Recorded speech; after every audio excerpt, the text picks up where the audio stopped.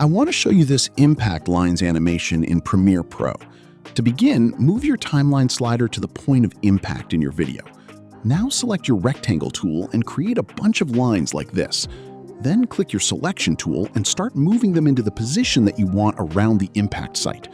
Go over to Effects and type in Circle and add it to your graphic layer.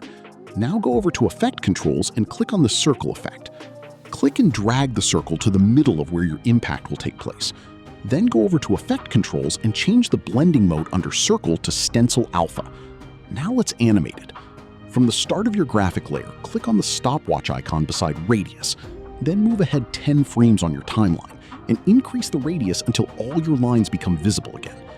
Now click on Circle, then hit Ctrl-C on your keyboard to copy and then Ctrl-V to duplicate the effect. Click on the second circle effect, then go over and click and highlight both keyframes and drag them over so the first keyframe starts in between the two above it.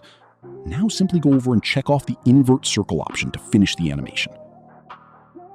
Let's solve together. Put your like and subscribe.